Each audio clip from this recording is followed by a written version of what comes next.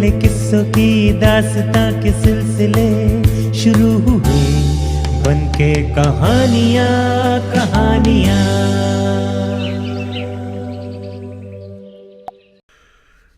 मैं राजेश कुमार। आइए सुनते हैं आज की कहानी। आज की कहानी है फितरत बदले ना। बहुत पुरानी बात है। किसी राज्य में धनकू नामक एक व्यक्ति था जो चोरी चकारी करके अपना पेट भरता था। इस जुर्म में वो कई बार पकड़ा जा चुका था। हर बार ऐसा ही होता था कि वो पकड़ा जाता, न्यायालय से उसे दंड मिलता, हर बार जेल से बाहर आकर पुनः अपने पुराने धंधे में लग जाता। लोग उससे घृणा करते थे। संग साथ बैठना तो दूर, लोग उससे बात करने में भी अपना अपमान महसूस करते थे। एक बार उस चोर के मन में आया कि क्यों न मैं ये जलालत भरा काम छोड़कर कोई ऐसा धंधा करूं जिससे पेट भी भरे और सम्मान भी हो। रोज रोज की चोरी चकारी, पुलिस का डर और लोगों की घृणा से तंग आकर वो किसी काम धंधे की तलाश में निकल पड़ा। मगर वो क्या, वो जहां भी जाता वहीं से दुत्कार कर भगा दिया जाता, क्योंकि नगर में ऐसा कोई नहीं था जो उसके चोरी के व्यसन से परिचित न हो। धनकू एक सेठ के पास पहुंचा और हाथ जोड़कर बोला, सेठ जी, मैं धनकू हूं। अरे वही धनकू चोर? जी सेठ जी। चल चल फूट यहां से। यहां क्या लेने आया है? उचक्का कहीं का। मेरी बात तो सुनिए सेठ जी, गिड़गिड़ाकर धनकू बोला। मैंने अब चोरी चकारी का ये धंधा छोड़ दिया है। अब मैं भी शरीफ लोगों की तरह इज्जत की जिंदगी बसर करना चाहता हूं। कृपया करके मुझे अपने यहां नौकर रख लीजिए। मैं पूरी ईमानदारी से काम करूंगा और मेहनत के बदले में जो भी आप देंगे खुशी से ले लूंगा। अरे भाग यहां से, मुझे मूर्ख समझता है क्या? चोर चोरी से जाए मगर हेरा फेरी से न जाए। ना भाई ना, तू कोई और जगह देख, मेरे यहां कोई जगह नहीं है। इसी प्रकार दुत्कार खाते खाते धनकू दुखी हो गया। चोरी न करने का वो प्रण ले चुका था और कहीं इज्जत की कोई नौकरी उसे मिल नहीं रही थी। भूखा प्यासा भटकता भटकता वो एक आश्रम में आ पहुंचा, जहां बहुत से साधु भजन में लीन थे। भक्तजन आते, भगवान को प्रसाद चढ़ाते, चरण स्पर्श करते, फिर साधुओं से आशीर्वाद लेते और बदले में उन्हें अच्छे अच्छे पकवान और वस्त्र आदि भेंट करते। ये सब देखकर धनकू सोचने लगा, मैंने तो अब तक का अपना सारा जीवन व्यर्थ ही गवा दिया। मुझसे तो अच्छे ये योगी और साधु हैं, खा पीकर प्रभु के चरणों में मस्त रहते हैं। न किसी से दोस्ती, न बैर, न कल की परवाह, संतोष ही इनका धन है। धनकू के मन में आया, क्यों न मैं बाकी जीवन साधु बनकर गुजारूं। न खाने पहनने की चिंता रहेगी, न राजदंड का भय, सम्मान भी पूरा मिलेगा। यही सोचकर धनकू आश्रम में ही रहने लगा। वो दिन रात साधु संतों की सेवा करता और भजन कीर्तन करते हुए अपना समय गुजारने लगा। अब उसने वस्त्र भी साधुओं जैसे ही धारण कर लिए थे। अब वो धनकू से धनकू महाराज हो गया। अब तो धनकू महाराज के दिन बड़े आराम और चैन से गुजरने लगे। साधु तो घुमक्कड़ प्रवृत्ति के होते हैं। एक दिन उन सभी साधुओं ने तीर्थ यात्रा पर जाने का निर्णय लिया और आश्रम की देखभाल के लिए वहां धनकू महाराज को छोड़ दिया। धनकू तो वैसे भी भाग दौड़ के पक्ष में नहीं था। उसने सोचा कि चलो अच्छा है, यहां बैठे बैठे आराम से मालपुए उड़ाएंगे। उन्हीं दिनों उस गांव में चोरी डकैती का बोलबाल हो गया। रात की कौन कहे, दिन में भी चोर किसी न किसी घर पर हाथ साफ कर देते। इससे गांव वाले दुखी हो उठे। गांव के मुखिया और जमींदार भी चोरों के इस भय से मुक्त नहीं थे। जमींदार तो कुछ अधिक ही चिंतित था, क्योंकि उसके पास हजारों की नकदी के अलावा सोना चांदी भी था। उसे सबसे अधिक अपने सोने चांदी की ही चिंता थी। काफी सोच विचार के बाद जमींदार के मन में आया कि भले ही पूरे नगर में चोरी चकारियां होती रहे, मगर साधुओं के आश्रम में कभी चोरी नहीं हो सकती। साधु महात्मा तो वैसे ही फक्कड़ होते हैं, उनके आश्रम में चोर भला क्या चुराने जाएगा। ये ख्याल मन में आते ही जमींदार ने सोचा कि क्यों न मैं अपना सोना चांदी साधु महाराज के पास रखवा दूं। वहां मेरा ये खजाना बिल्कुल सुरक्षित रहेगा। मगर तभी उसके मन में ख्याल आया कि कहीं ऐसा न हो कि ये साधु ही मेरा खजाना लेकर चंपत हो जाए। नहीं नहीं, साधु सन्यासियों के विषय में तो ऐसा सोचना भी पाप है। भला इन लोगों को धन दौलत से क्या सरोकार। इनकी तो सबसे बड़ी दौलत राम नाम ही है। साधु महात्मा तो भगवान के बंदे होते हैं। अब भला जमींदार को क्या मालूम था कि उसके साधु बने धनकू महाराज भी पहले चोर ही थे और पेट की आग बुझाने के लिए ही साधु बना है। लेकिन साधु सन्यासियों के प्रति उसके मन में जो सत्य का विश्वास था वो अटल था। अच्छी तरह सोच समझकर एक दिन जमींदार ने अपना सारा सोना चांदी एक घड़े में भरा और धनकू महाराज के आश्रम पर आ पहुंचा। सोने चांदी का घड़ा एक ओर रखकर उसने श्रद्धा से धनकू महाराज के चरण स्पर्श किए। सदा सुखी रहो भक्त, प्रसन्न रहो। धनकू महाराज ने उसे आशीर्वाद दिया, ईश्वर तुम्हें दीर्घ आयु दे, सदा निर्भय रहो। निर्भय कैसे रहूं महाराज? क्यों वत्स, क्या भय? धनकू जानता था कि गांव का जमींदार है। यदि ये प्रसन्न हो गया तो आश्रम को न केवल पक्का बनवा देगा बल्कि आराम से जिंदगी गुजारने के लिए दूसरी सुविधाएं भी जुटा लेगा। अतः रौब गालिब करते हुए धनकू ने कहा, हमें बताओ, मां भगवती की कृपा से हम तुम्हारा सारा भय दूर कर देंगे। यही सोचकर तो मैं आपकी शरण में आया हूं महाराज। जमींदार बोला, आप तो जानते ही हैं आजकल चोरों ने गांव गांव में कैसा आतंक मचा रखा है। इनके इस उपद्रव से ही मेरी रातों की नींद और दिन का चैन उड़ गया है। हर पल हर घड़ी मैं अपने इस जमींदार ने घड़ी की ओर इशारा किया खजाने को लेकर चिंतित रहता हूं। बड़ी मेहनत और ईमानदारी से मैंने ये दौलत जुटाई है। कभी किसी किसान या मजदूर का दिल नहीं दुखाया। अब आप ही सोचिए कि यदि चोरों ने मेरा ये खजाना चुरा लिया तो मैं कहाँ का जमींदार रह जाऊंगा। ठीक कहते हो वत्स, आजकल धन का भी अपना अलग ही महत्व है। सोने चांदी से भरा घड़ा देखकर धनकू की आंखों में एक अजीब सी चमक उभर आई। खैर तुम बताओ कि ये घड़ा लेकर तुम मेरे पास क्यों आए हो? महाराज, मैं चाहता हूं कि मेरा ये धन आप अपने आश्रम में रख ले। आपके पास ये सुरक्षित रहेगा। आपके आश्रम से इसे कोई नहीं चुरा सकता। ले बेटा धनकू, तेरी तो किस्मत जाग गई। साधुओं के इस चोले का ही ये प्रताप है कि धन खुद चलकर तेरे पास आ रहा है। धनकू के भीतर छिपा बैठा चोर जाग उठा। अब तो तेरे पौ बारा है। इस धन को लेकर किसी दूसरे राज्य में जाकर तू सेठों की तरह अपनी बाकी जिंदगी गुजार सकता है। धनकू की लार टपकने लगी।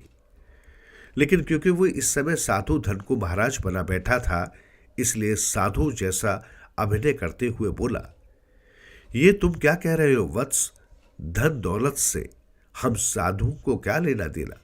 ये दौलत तो मन में पाप उत्पन्न करती है। महाराज, आप ठीक कहते हैं। भला साधु सन्यासियों को धन दौलत से क्या वास्ता? किंतु महाराज, संकट के समय अपने भक्तों की रक्षा करना आपका धर्म है। इस समय इस धन के कारण मैं संकट में हूं, अतः आपकी शरण में आया हूं। जब तक इस धन की सुरक्षा का कोई दूसरा इंतजाम नहीं हो जाता, तब तक आप इसे मेरी अमानत समझकर अपने पास रख ले। यही मेरी विनती है। क्या तुम्हें मुझ पर इतना विश्वास है? अविश्वास का तो सवाल ही नहीं है प्रभु।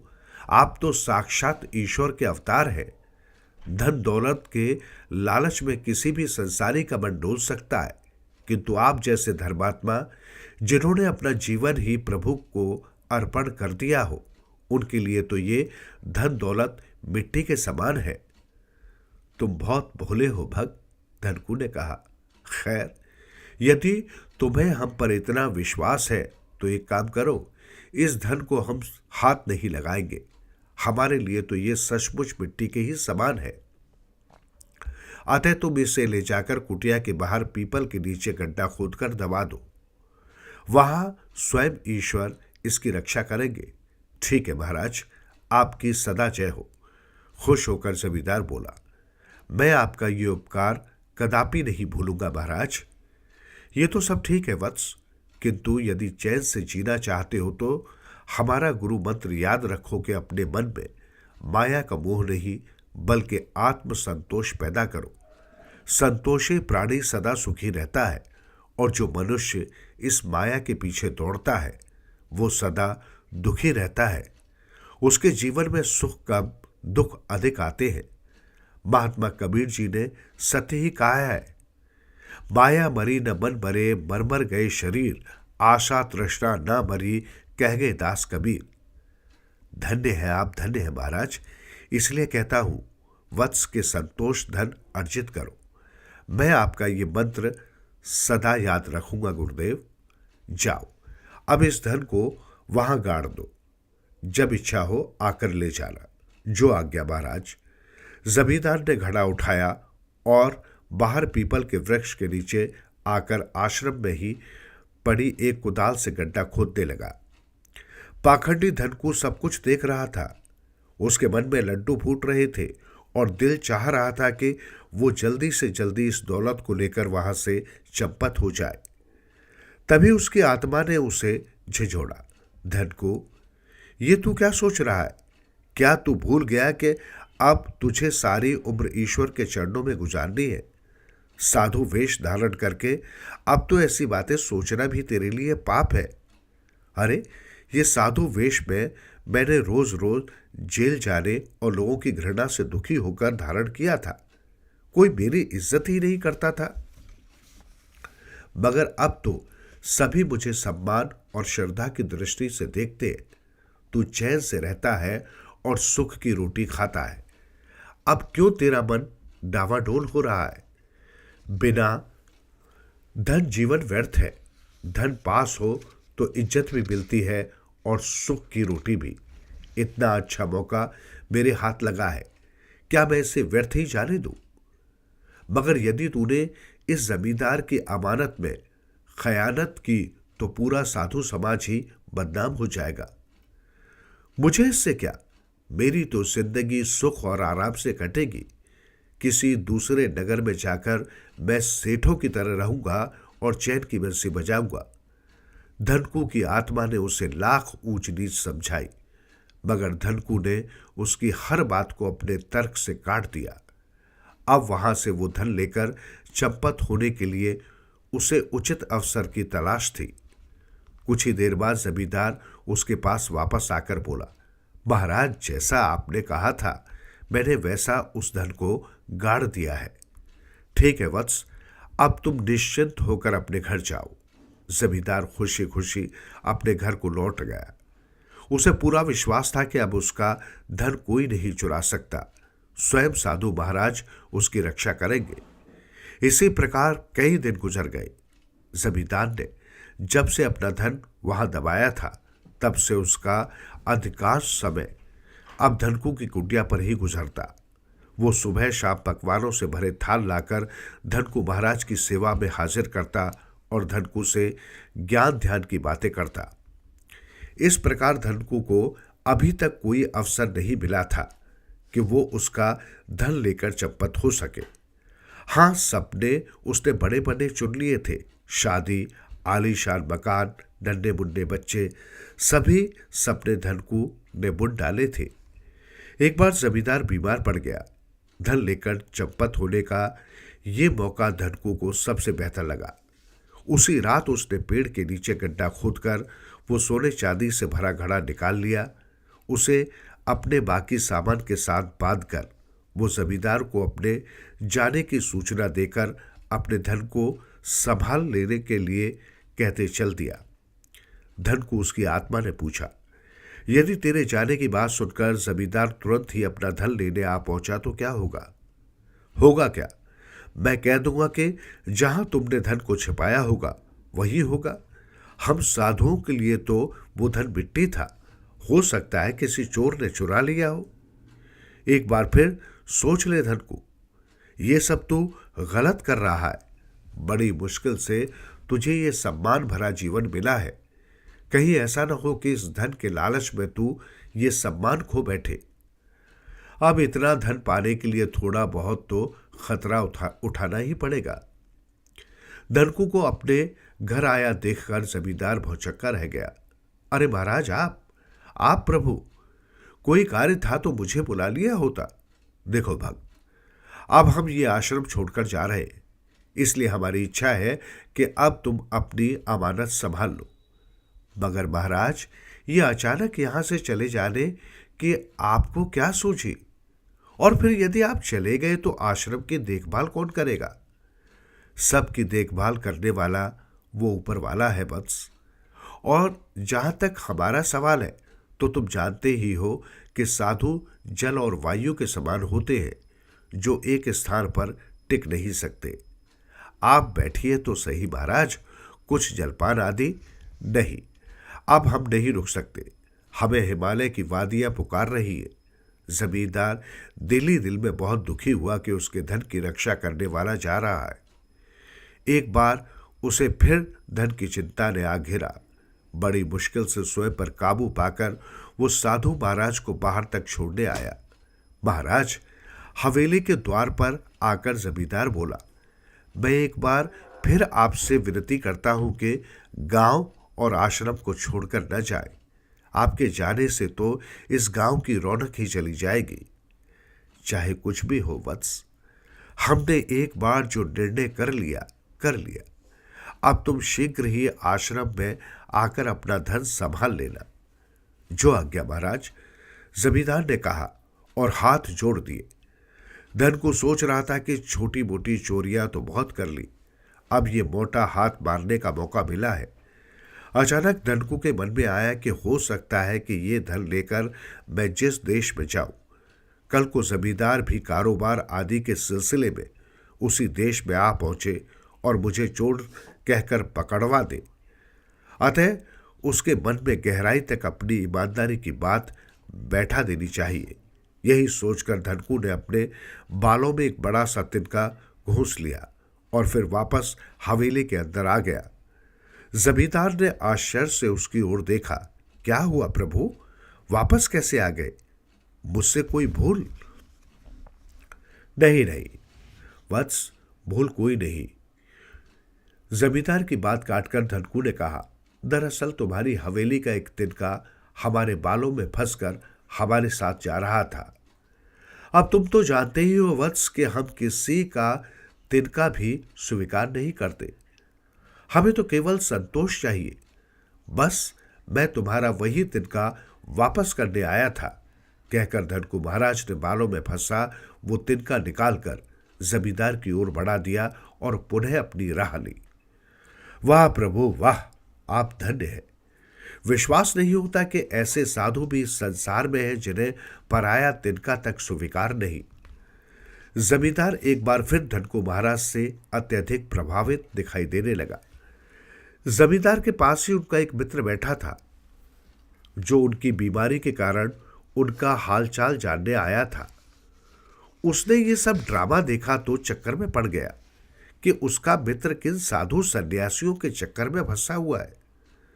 जमींदार का वो व्यापारी मित्र बड़ा ही सूझबूझ वाला और जरा घाघ प्रवृत्ति का था। वो जमींदार की तरह सीधा नहीं बल्कि हर क्षेत्र में खेला खाया इंसान था। उसने दुनिया को हर कोण से देखा था। न जाने क्यों धनकू महाराज का तिनके वाला ड्रामा देखकर उसे उस पर कुछ संदेह हो गया कि आखिर क्या कारण है कि वो साधु अपने आप को इतना पाक साफ और ईमानदार दर्शा रहा है। अतः अपने मित्र जमींदार से उसने पूछा, ये सब क्या चक्कर है मित्र? रघुराज, ये साधु बाबा बड़े विचित्र और यशस्वी हैं। तुम तो जानते ही हो कि पिछले दिनों यहां चोरी का कितना आतंक था। इसी डर से मैंने अपना सारा सोना चांदी इन साधु महाराज की देखरेख में इनके आश्रम पे दबा दिया। अब तक यही उसकी निगरानी भी कर रहे थे। बहुत ही भोले और नेक है ये साधु बाबा। अब ये यही कहने आए थे कि मैं अपना धन संभाल लूं, क्योंकि ये आश्रम छोड़कर तीर्थ यात्रा पर जा रहे हैं। और ये तिनके वाला ड्रामा क्या था? अरे रघु, तुम इसे ड्रामा कह रहे हो? अरे ये तो महाराज की ईमानदारी का छोटा सा प्रमाण था। देखा नहीं, उन्हें किसी के घर का तिनका तक लेना स्वीकार नहीं। एकाएक ही रघु के मन में न जाने क्या आया कि उसके हलक से कह कहा सा फूट पड़ा। अरे तुम हंस क्यों रहे हो? इसमें भला हंसी की क्या बात है? अचानक अपने मित्र को इस प्रकार हंसते देखकर जमींदार झुंझला उठा। तुम बहुत भोले हो मित्र। अरे इसमें भोलेपन और टेढ़ेपन की क्या बात है? मित्र, मुझे तो ये साधु कोई चालबाज पाखंडी दिखाई देता है। राम राम राम राम, क्या बेहुदी बातें कर रहे हो रघुराज? बोलने से पहले इंसान को सोच लेना चाहिए कि वो किसके बारे में और क्या सोच रहा है। मैं जो कुछ भी कह रहा हूं खूब सोच समझकर ही कह रहा हूं मित्र। तुम ठगे जा रहे हो। ये साधु जो अपने आप को इतना सीधा और उजला साबित कर रहा है, ये सच्चा साधु नहीं, पाखंडी धोखेबाज है। सच्चे साधु ऐसे नहीं होते कि हर समय और हर जगह अपनी सच्चाई और ईमानदारी का ढोल पीटते रहे। तुम्हें तो सारी दुनिया चोर उचक्की ही नजर आती है, दृढ़ विश्वास के साथ जमींदार बोला। अपने शब्द वापस लो रघुराज, अन्यथा तुम पाप के भागी बनोगे।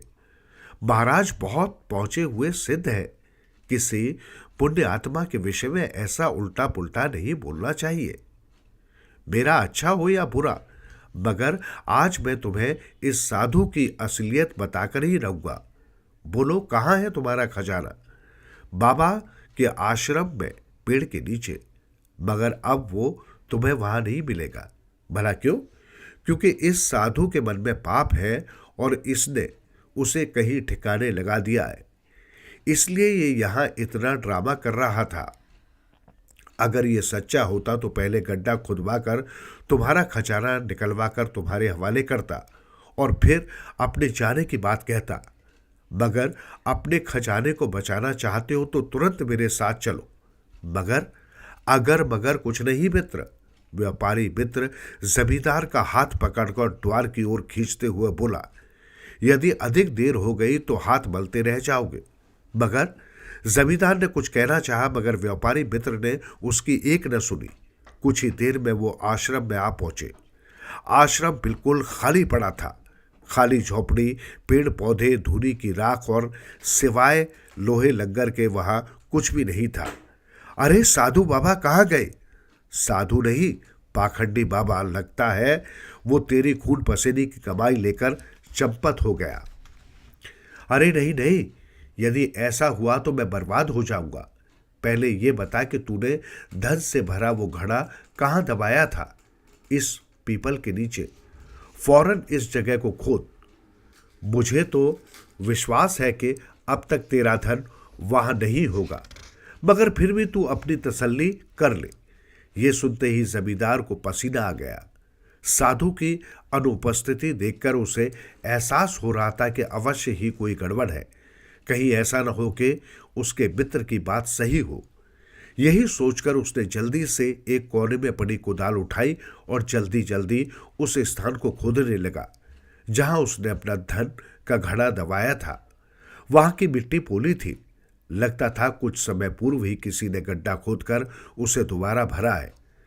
देखते ही देखते गहरा गड्ढा हो गया, मगर वहां तो घड़े का नामो निशान भी नहीं था। तभी उसकी कुदाल में एक माला उलझ गई। जमींदार ने उसे उठाकर देखा और बोला, अरे ये तो साधु महाराज की माला है। ये यहां कहां से आई? घड़ा तो मैंने अकेले ही दबाया था। घड़ा निकालते वक्त ही उस पाखंडी की ये माला यहां गिरी होगी, मगर धन के लोभ में उसने इसकी तरफ ध्यान नहीं दिया। जमींदार ने अपना सिर पकड़ लिया। मैं बर्बाद हो गया मित्र, मैं लुट गया। मेरे जीवन भर की पूंजी इस तरह हाय हाय करने से कुछ नहीं होगा। हमें फौरन चलकर उस साधु को पकड़ना होगा। मेरा ख्याल है कि वो अभी अधिक दूर नहीं गया होगा। चलो। जमींदार का तो बुरा हाल हो रहा था। हाथ पांव कांपने लगे, शरीर पसीने से तर हो गया। इतना बड़ा धोखा, इतना बड़ा विश्वासघात, साधु के वेश में शैतान। इस प्रकार हिम्मत मत हारो मित्र। यदि हिम्मत हार बैठोगे तो कुछ हाथ नहीं आने वाला। चलो मेरे साथ। और फिर दोनों तेजी से जंगल की ओर भाग लिए। आश्रम में आने के दो रास्ते थे।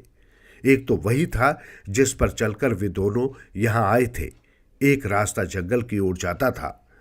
दोनों जंगल वाले रास्ते पर ही भागे जा रहे थे, क्योंकि जमींदार के मित्र को पक्का विश्वास था कि कोई चोर चोर रास्ते से ही भागेगा। भागते भागते दोनों की सांस फूल गई, शरीर पसीने से तरबतर हो गए, लेकिन उन्होंने हिम्मत नहीं हारी। भागते भागते जब वे काफी दूर निकल आए तो उन्हें दूर पगडंडी पर एक साया दिखाई दिया। देखो, चीखकर जमींदार का मित्र बोला, वो भागा जा रहा है तुम्हारा साधु बाबा पाखंडी। धनकू के कानों में ये आवाज पड़ी तो तेजी से पलटकर उसने देखा। जमींदार और उसके मित्र को अपने पीछे आता देखकर उसका खून सूख गया। एक तो उसके सामान का बोझ, दूसरे घड़े भर सोने चांदी का बोझ उसने उठाए उससे नहीं उठ रहा था। जैसे तैसे वो वहां से निकल भागना चाहता था, लेकिन जमींदार और उसके मित्र को अपने पीछे आते देखकर उसकी सारी योजना मिट्टी में मिल गई थी। उसने तो सपने में भी नहीं सोचा था कि उसके पाप का घड़ा इतनी जल्दी फूटेगा। धन को उसकी आत्मा ने कहा, तेरी पोल खुल चुकी है। अब अगर जान बचाना चाहता है तो इस घड़े को यहीं फेंक कर भाग ले, वरना जमींदार और उसका मित्र मार मार कर तेरी खाल उधेड़ देंगे। अगर जान माल सलामत रही तो धन तो फिर से कमाया जा सकता है। नहीं नहीं, मैं इतना सारा धन ऐसे ही छोड़कर नहीं जाऊंगा। अभी वे बहुत दूर है। लालची धनकू ने धन का लालच नहीं छोड़ा और घड़ा बगल में दबाए पहले से भी अधिक तेज दौड़ने लगा। लेकिन कब तक भागता? आखिरकार जमींदार और उसके मित्र ने उसे दबोच ही लिया। पाखंडी चोर साधु के वेश में शैतान मेरे दोस्त की जीवन भर की कमाई लेकर भाग रहा था। अभी मजा चखाता हूं। जमींदार के मित्र ने एक हाथ से उसके सिर के बाल पकड़े और दूसरे हाथ से रुई की तरह उसे धुनता चला गया। घड़ा एक तरफ फेंककर धनकू भी उससे भिड़ गया, मगर कब तक लड़ता? वे दो थे और वो अकेला। दोनों ने मार मार कर उसे अधमरा कर दिया। पापी दुष्ट, मैंने तुझे देवता तुल्य समझा, तेरी पूजा की, उसका तूने मुझे ये इनाम दिया। नीच, तूने सारे साधु समाज को बदनाम कर दिया। मुझे माफ कर दो जमींदार, मेरे मन में लालच आ गया था। मैं ईश्वर की सौगंध खाकर कहता हूं कि फिर कभी ऐसा नहीं करूंगा। धन को गिड़गिड़ा उठा। इस धन से मेरी बुद्धि भ्रष्ट हो गई थी। जेल की चक्की पीसेगा तो तेरी बुद्धि सीधे रास्ते पर आ जाएगी। मित्र रघुराज बोला, तुम तुरंत इसे ले जाकर सिपाहियों के हवाले कर दो। जेल का नाम सुनकर धनकू की रूह कांप गई। उसकी आत्मा ने तेज किस्म की सरगोशी करते हुए कहा, धनकू, अब तक तो छोटी मोटी चोरियां करने के जुर्म में तू जेल जाकर छूटता भी रहा है, मगर अब यदि जमींदार ने तुझे कानून के हवाले किया तो तू जिंदगी भर जेल में सड़ता रहेगा। अगर इस नर्क से बचना चाहता है तो भाग ले। और ये ख्याल मन में आते ही धनकू ने एक झटके से स्वयं को उनकी पकड़ से छुड़ाया और उस भयानक जंगल की कांटेदार झाड़ियों में जा घुसा। जमींदार और उसके मित्र ने उसे पकड़ने की कोई चेष्टा नहीं की। जमींदार खुश था कि उसके जीवन भर की कमाई लुटते लुटते बची थी, और रघुराज ये सोचकर प्रसन्न था कि उसकी सूझबूझ से उसके मित्र का धन बच गया था। रघुराज, एकाएक ही जमींदार बोला, मेरी तुमसे एक विनती है मित्र। क्या? सभी साधु चोर पाखंडी नहीं होते, अतः तुम इस घटना का जिक्र किसी से न करना, वरना लोग साधु सन्यासियों पर विश्वास करना छोड़ देंगे। तुम ठीक कहते हो मित्र। इस पाखंडी के कारण पूरा साधु समाज बदनाम नहीं होना चाहिए। और फिर दोनों मित्र गांव की ओर चल दिए।